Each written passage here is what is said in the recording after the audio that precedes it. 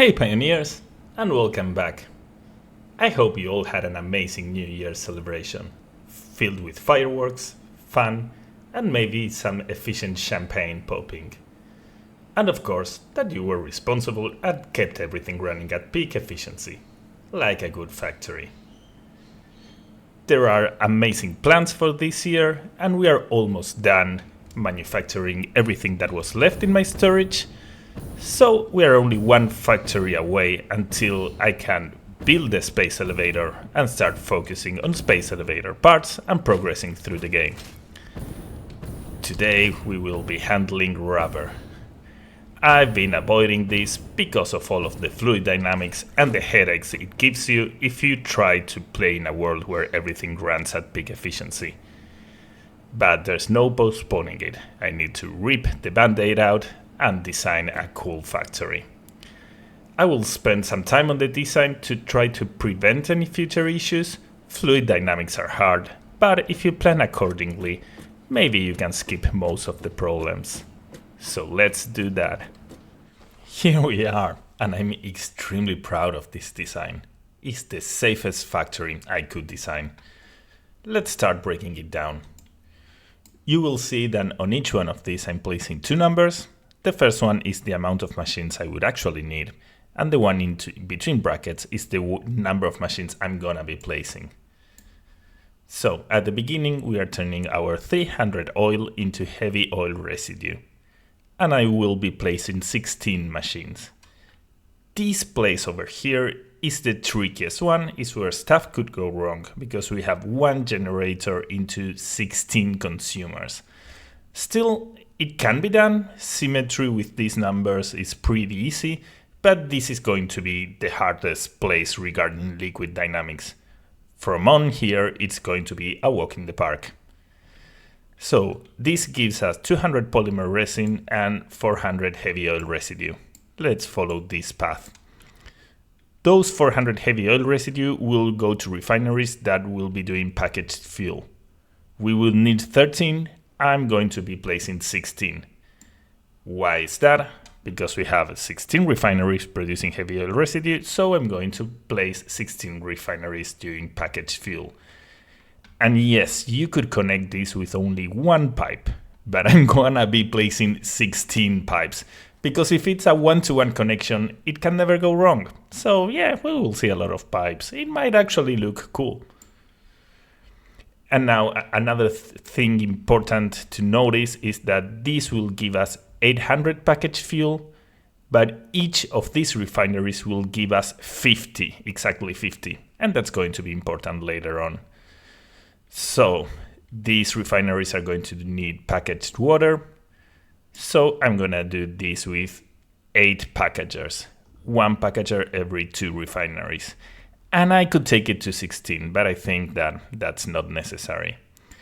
And these 8 packagers will be fed by 8 water extractors instead of 6. So we have 1-to-1 ratio and 1-to-2 ratio, but this is a solid, so we don't care. There's no fluid dynamics errors. And it's important to note that each refinery is producing exactly 50 fuel. Now let's go back to our main path. With the 200 polymer resin, we will be doing residual rubber. And here is where we start our chain. We combine the 200 polymer resin and the 200 water that are going to come from 3 or 6 water extractors. 3 might be a little bit risky, 6 would be ideal because it's a 1-to-1 ratio. And this gives us 100 rubber. This 100 rubber, we are going to double it to 200 plastic using the recipe recycled plastic. Instead of placing 3 refineries, I'm going to be placing 8. And the trick is that I'm going to be unpackaging the fuel right next to the refinery, and this is a 1-to-1 ratio. Each refinery is going to have a fuel unpackager. And when I mentioned the 50 fuel is that, check this out, this is 100 fuel, and we were creating 50 per machine. So this is 2 machines. The division is easy. And all these unpackagers are going to take the empty canisters back to the beginning. So once we have our 200 plastic, we will double it again to 400 rubber. These are 8 refineries that are going to need 200 fuel. Again, this is only 4 machines. And the unpackagers are also going to be 8. So this is a 1-to-1 ratio. And they are going to be nearby. I mean, liquids won't be traveling long distances in this factory. It will be an unpackager and right next to it, the refinery. So we have 400 rubber. I'm going to take 100 because we are running out of fuel by this point. But we will still have 300 rubber that we are going to double it again.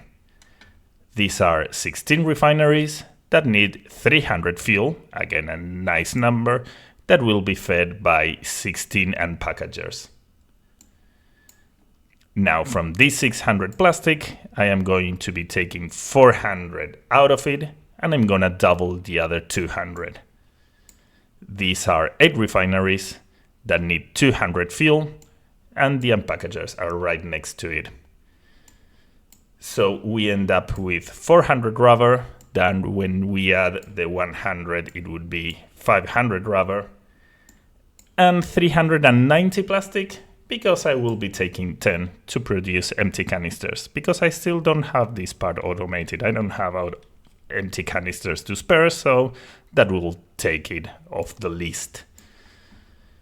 So what did we achieve with this? Liquids aren't almost traveling anywhere. This is a liquid, this is a liquid, that's a liquid, that's a liquid. And then we have this 300 over here that might be a little bit tricky. But all of the rest, it's solids. And we have these refineries that each one is giving us 50 fuel. And we need 100, 200, 300, and 200. So the numbers are beautiful. It's always 1-to-1, 1-to-1, 1-to-1 again, 1-to-1 again. This is 1-to-1. This is 1-to-2, but it doesn't matter because it's a solid. And this is also 1-to-1. And well, these water extractors, maybe I place 3, but I could place 6. So we end up with a really safe system. Everything is underclocked, so I will be saving power. The outputs are pretty decent, 500 rubber, 390 plastic and 20 empty canisters, and there is not going to be any liquid dynamics errors. This is going to be the only tricky place, the beginning, where I have to divide 300 oil into 16 machines. But after that, we are good to go. So now let's start building. Back to the game. This zone is where we will be working. That's our turbo fuel factory that ended up taking too much space. It only uses one normal node, and it ended up being 3 buildings. And this factory will also use one normal node, I think that one over there. We still have 2 pure ones. So if it takes all of this space to consume a normal node, I don't know what I'm doing with those pure ones, but that's a problem for future Nico. We will be grabbing our oil from there, and I was thinking that maybe we could place it right here. A rectangular factory that goes this way. Yes, it will be kind of close to those factories, but well, we need to build stuff and there's not that much space. And doing it over the water, it's going to be easier. So let's lay some foundations and get this party started. And here we have, this is the first stage of the factory. We have 16 refineries that do the heavy oil residue, and these 16 refineries that are doing the diluted package fuel. And the 16 pipes. This could have been easily carried by one pipe, but doing one-to-one connections is extremely safe from the fluid dynamics point of view. Now the risky place was this one, dividing one oil extractor into 16 refineries. And I did it this way. That it might sound silly, maybe it is, but it's extremely safe. I don't know if you guys got to see my video I made about fluid dynamics, but I can make a brief summary. The flow through a pipe depends on 2 aspects. One of them is the pressure difference, the pressure difference between this refinery and in this case the top of the pipe. And the other one is the resistance. How hard is for the fluids to go through? Logically, fluids will always try to travel through the path of least resistance. That's why the junctions are not like splitters. They don't split 50 and 50. Of course, it will depend of the pressure, but if there's one path that it's easier to go through, more fluids will go that way. But by doing these divisions this way, each segment is exactly the same length. So the resistance from here on the top to any refinery will be the same. It has to go through the exact same path. Maybe sometimes goes left, sometimes goes right, but it's absolutely symmetrical. So if you put a drop of oil over there, it will be exactly the same to go to that refinery or to that one over there. The same amount of effort. Then on the lower level, I did a tall logistics floor. Is it considered a logistics floor? Because it has machines, but well, for me it's a logistics level. We have the 8 water extractors. Each one of them is giving us 100 water. Yep.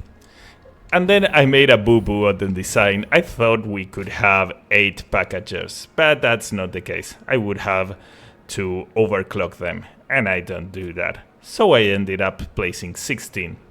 Each one of these requires 50 water. Anyway, this is safe, because again, this is absolutely symmetrical. It was done with the grid. And we have 8 independent systems, with 1 consumer and 1 producer, and 2 consumers. So this junction will be spreading half and half. Over there on the top, this is the polymer resin, and it's all being merged up to that end. We are making a total of 200, so I think I place, MK3 is more than enough. And then we have how we are fitting the empty canisters. We have a total of 800, so I divided it half and half. Over here we can see a load balancer for 8 machines, where that's the entrance, that it's feeding these 8 packagers, and the other entrance is over there.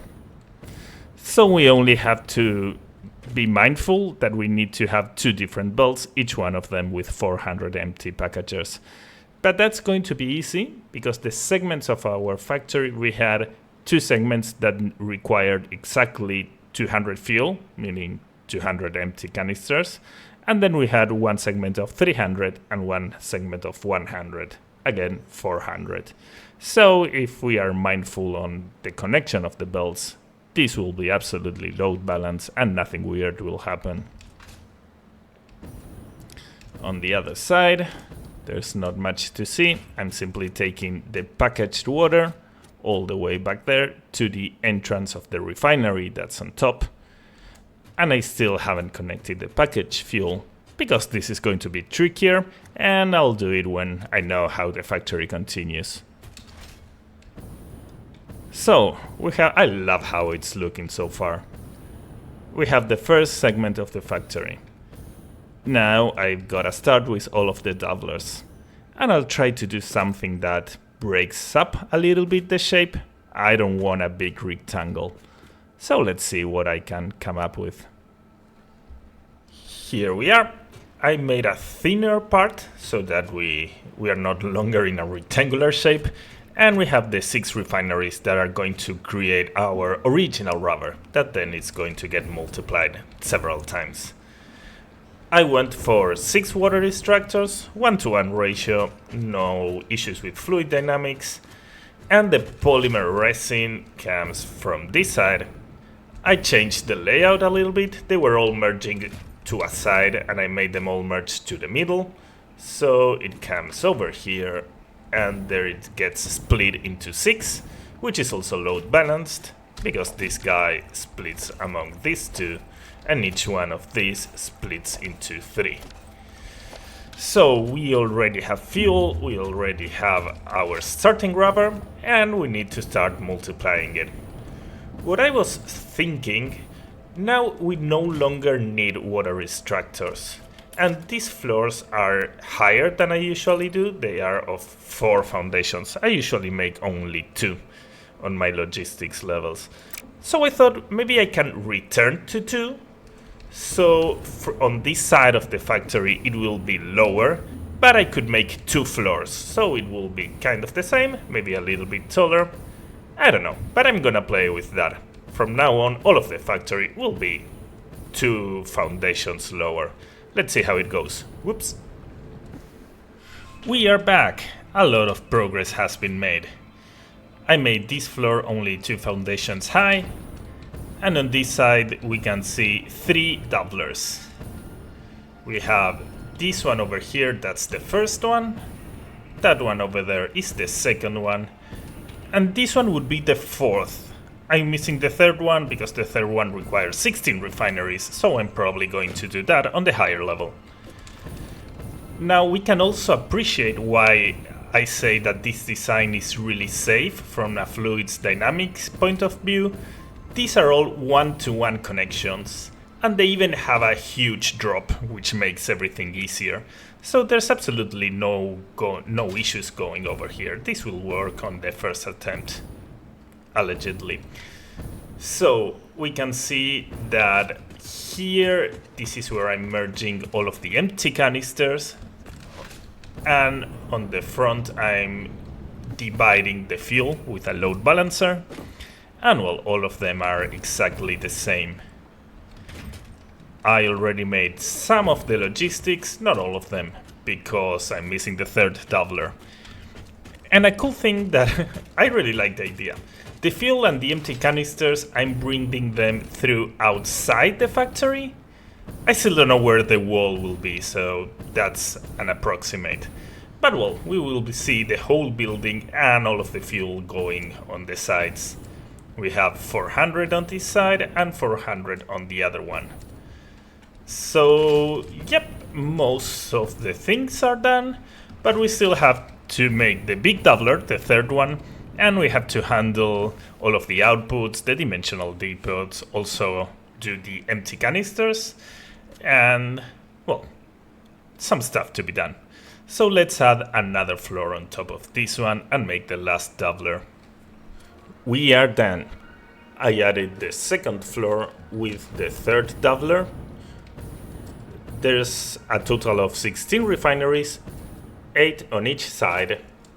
All of the empty canisters are handled on the lower level of the floor, as I did before, and the load balancer with the packaged fuel is handled on top. Then I also added the 2 containers of the materials we are crafting, rubber and empty canisters. I didn't add plastic because that factory over there is already producing plastic and sending it to the dimensional depot. So I only need dimensional depot for these 2. Then, oh, that's the lonely constructor that's doing the empty canisters. That I think it's only 20, yeah, not that much. And I added 3 sinks over here in a semicircle. I technically didn't need 3 sinks, I could have done it with only 2, but that meant a lot of logistics dividing overflow lines because the numbers weren't pretty. So I decided to use 3, waste a little bit more power and save some time. That one is the overflow of the plastic line, and these 2 are the overflow of the rubber lines, with a plus that this one has the overflow of the empty canisters, and this one also has the overflow of the rubber that's going to the dimensional depot, because they are 2 separate systems. I'm only sending 25 a minute over here, because the refineries gave us 50, so it was an easy division.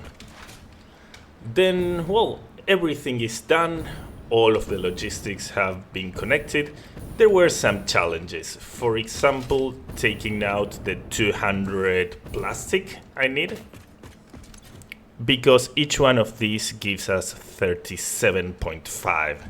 So if we do 200 divided by 37.5, it means that we need 5 refineries and a third. I was lucky that it was a third because that's easily achievable. These are the mergers, so we have 1, 2, 3, 4, and 5. And this is how I'm getting my third. Instead of being a merger, this is a splitter dividing into 3. And only one of them is going this way. And the other 2 get merged and sent to another side. So well, there were some little challenges, took some time, but it's finally done. All of the belts, I'm taking them through here. I think it looks pretty good. And I always use the slowest speed possible, so we have MK3, 1, 3, 4, 4, 4, 3, 4. So I think that will look pretty nice, seeing different speeds. And all of the outputs are being taken. These are the 3 lines. We have plastic in the middle and rubber on the sides. And I took them to this side over here. Because I'm assuming I'll do a bridge that goes over there under this rock bridge, so it might look pretty nice. I'm currently sitting at 10 hours. This took way longer than the electronics factory, and still I have to do the most time-consuming part, that is decorating everything, connecting all of the power, while building that bridge. I also haven't done a control room. Oh, I'm bad at the jetpack today. I think I might do it here on top, but not a real control room. Just place the switches somewhere among here, where you can see all of the factory. So yeah, first stage is done. Now let's get this working. Hopefully, on the next clip, you'll be able to see a badass factory. We are done. Welcome to Kaladesh Refinery.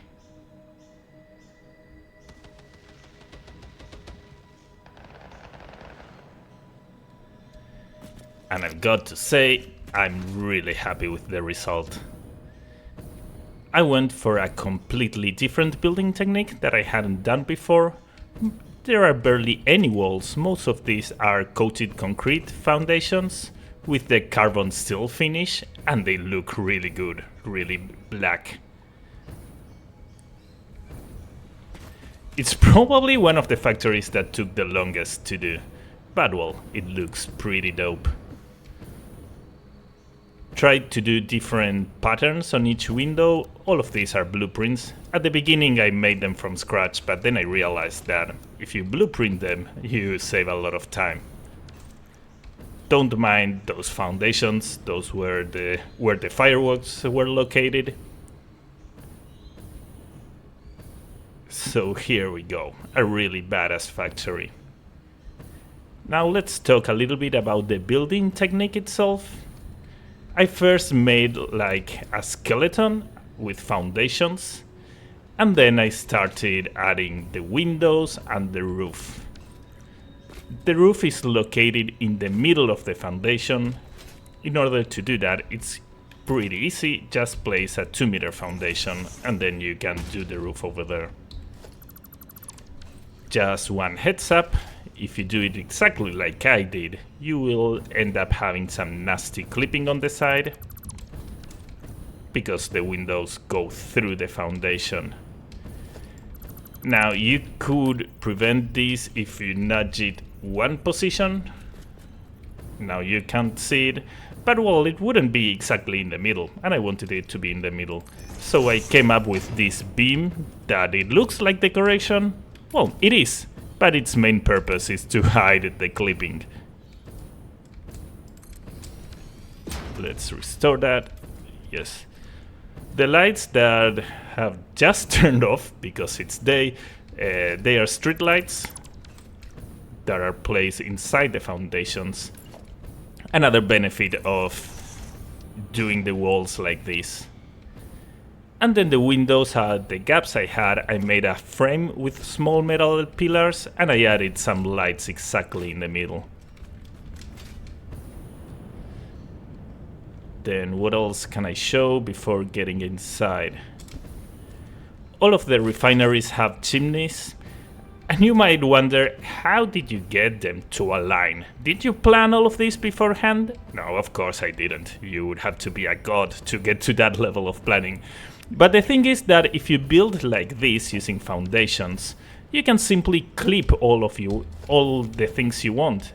These roofs are clipped inside the foundation, and we can see it on this side that they are extremely clipped. So I basically added first these ones and then continued the roof. And if you're placing the refineries side by side, they will always be able to fit on these frames. Yes, they won't be exactly centered, but they work. Oh, another disadvantage of doing that is that we got even nastier clipping over here, because the window is going inside the foundation. That's why I came up with this double beam that hides it, so nobody will ever realize. Or well, maybe you, because I just told you. Now the oil is coming from that huge water tower that is a little bit more elevated than this roof and the rest. So I only had to place pumps over there, and then gravity will do all of the rest. And it also helps up building a little pressure. It's important to know that I never had this in a factory this complex. The moment I turned it on, it worked perfectly. All of the machines at 100%. No backflow, no errors. So yeah, this factory design was a success. I'm even using an MK1 pipe. That is like asking for trouble, because I'm using 300 oil and the max capacity of this pipe is 300. When you're using pipes at max capacity, the whole system needs to be perfect. If you have a tiny amount of backflow, maybe it reduces momentarily from 300 to 280, and then it will never be able to catch up. If you place an MK2, it will compensate and add a time going at 320. But I did this on purpose because I wanted to know if everything was working, and if it's not, to troubleshoot. That's the way you learn. I did the same thing on the turbo fuel factory. It didn't work at the beginning, and well, I got to learn a new technique because of that. So in general, I try to do this, use the pipes at max capacity. That is dangerous, it might give you some headaches, but well, it's the best way of learning. So I don't know if there's much else to see on the outside. Maybe show this part over here. I think it looks really nice. Here we can see the fuel and the empty canisters. And I also added some rails to go through the factory, and it's also connected over there with these futuristic doors. The light shines a lot. Pretty dope. So well, let's get inside, but let's get inside the proper way, through the Hypertube network. This is my first transport hub number 1, that is in front of my turbo fuel factory. So I simply added one more output. Anyway, this is all a blueprint, so it's only clicking once. And here we take this one, and off we go.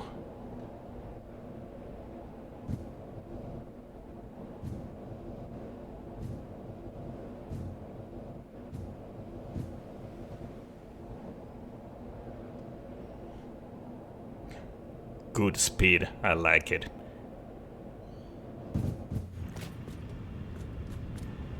So this is the first stage of the factory, where we are taking our oil. I placed decorative belts next to each refinery just to tell you what you're doing here. So for example, these ones take oil and they produce heavy oil residue, and these ones take heavy oil residue and produce packaged fuel. Everything is connected through some catwalks.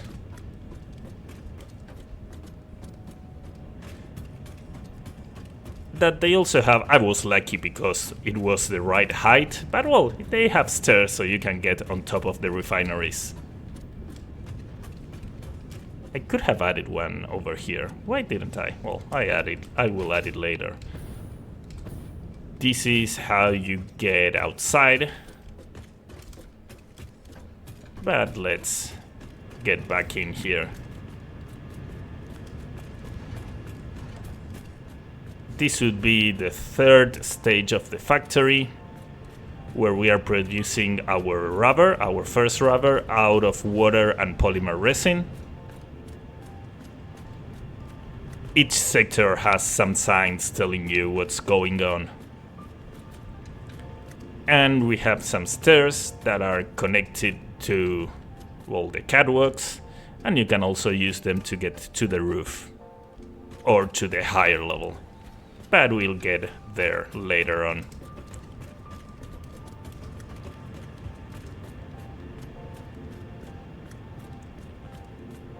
So this is where our doublers are.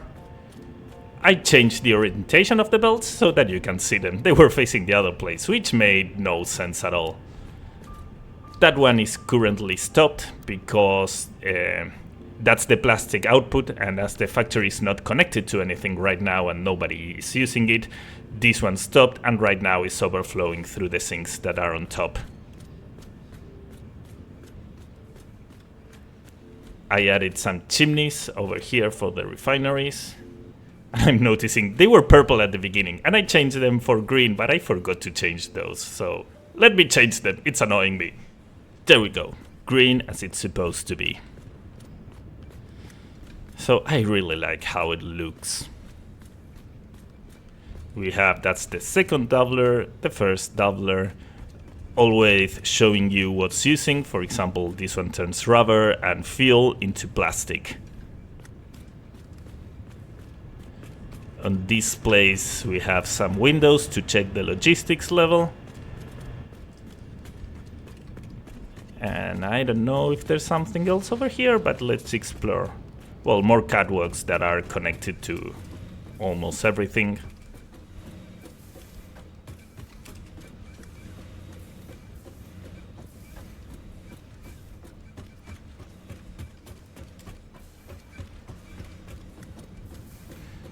This is our fourth doubler, also with access to the top of the refineries.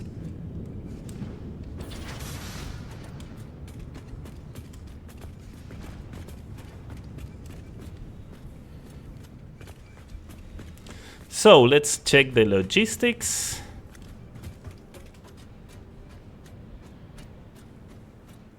They look like most of my logistics floors, at least this part. On the other hand, this one looks a little bit more cooler because we have the water extractors and the water packagers. Everything working at 100%.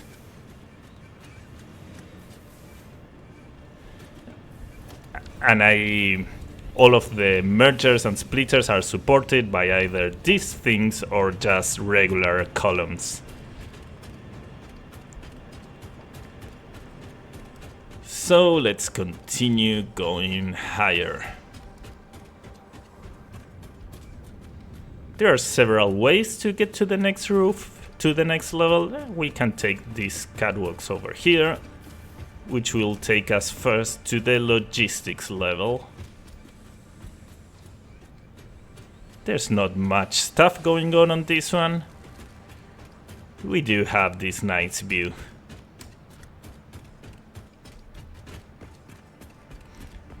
It's amazing how I think I made a factory like 1 month ago, and I was really proud of it.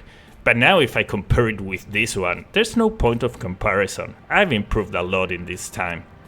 It's nice to see something you did some time ago and see how I learned. As a matter of fact, I think that structure over here was the first time I did circles, and now I add them on each factory. So never say I would never be able to build something like that. It just takes time and you improve. Everybody improves by playing the game. So from this logistics level we can also get to the roof.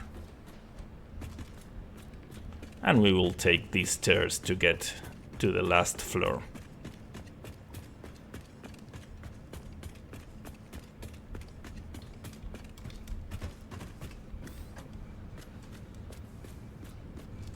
Here we are, this is the last one. Oh, I removed the...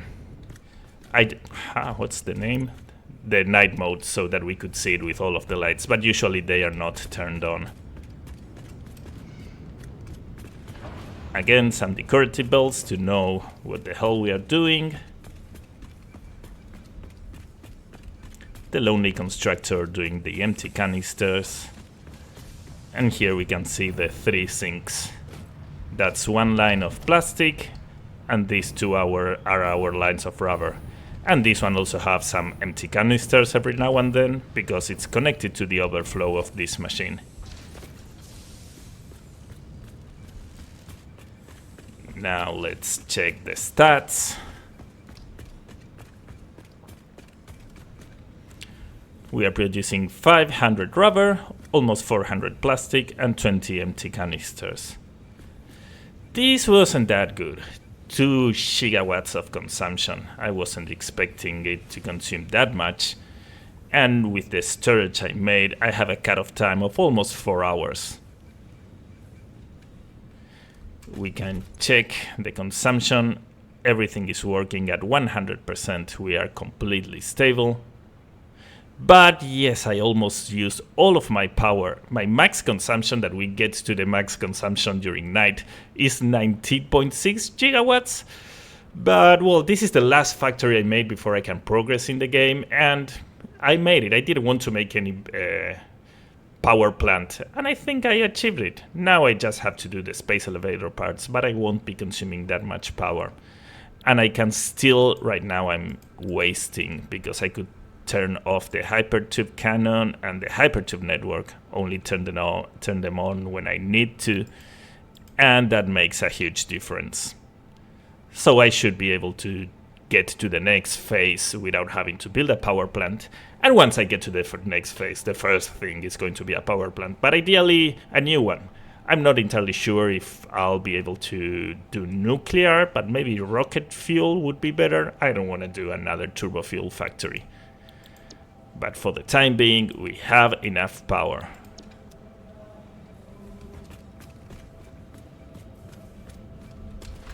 We can check it from over here. Those are our canisters being load balanced. And I think I showed most of it. I just found out this decorative belt that has nothing on it. I forgot about it. And I think it's a good opportunity to show you how I do them. Well, the first thing is building it, but that's pretty straightforward. This is all an MK2 belt, and it just does a loop on the other side. The elevators are just connected and clipping all over the stuff I have here. You are not supposed to see between the floors. But well, first thing is building it. Let me restore the floor. Now what are we doing here? We are turning plastic and fuel into rubber. So I want to have the top one completely saturated of rubber, and on the lower one I want to have half the amount, and it has to be the 2 materials. So let's first do the saturated one, which is the easiest. You need to put an industrial storage container, fill it up with rubber, you add a merger right there, and you connect it.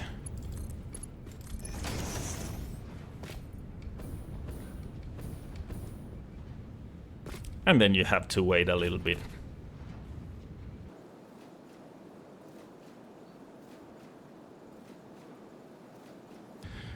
There we go. Now that it has filled up, we just remove this,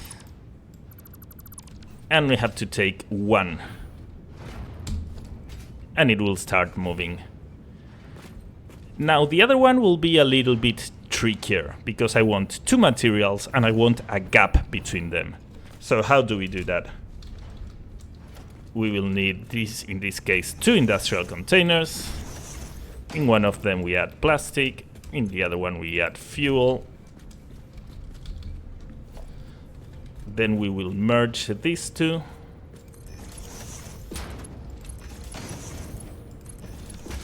That gives us the two materials. But how do we do the gap?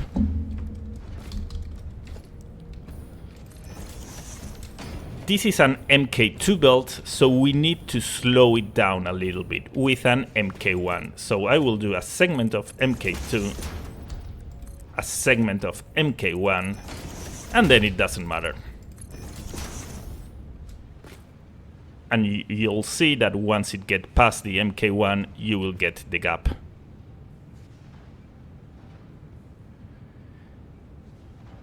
Now, this one is trickier. You can't wait forever. You need to disassemble the merger at the exact same point, because if not, eventually it will get saturated. And I almost did it. There are two plastic, but I can remove one when it comes back, and I think it will be okay. Where's my double plastic? There we go. We take that one. And that's how you do a decorative build. Well, I think that's basically all I had to show and all I've got for today. Oh, I haven't mentioned how much time it took. And honestly, it's quite embarrassing. This new building technique, I think it's amazing, but well, I had to get used to it and get the hang of it. So yeah, it took a lot of time. A total of 38 hours on this factory. And again, I also took note the moment I finished building and started decorating. So from those 38 hours, 75% of the time was spent decorating and only 25 making it work, which is kind of a lot, but it's worth it. Look at those lights, they are amazing. So well, please remember to leave a thumbs up or a comment. It really helps to grow the channel. To be honest, December has been really bad. I was getting good views during November, but well, maybe it was a seasonal thing, but I barely got any views on December. And at the end of the day, this is a non-monetized channel. I only do this to share my work and share some tips. And it's hard for me to do that if my content doesn't get seen.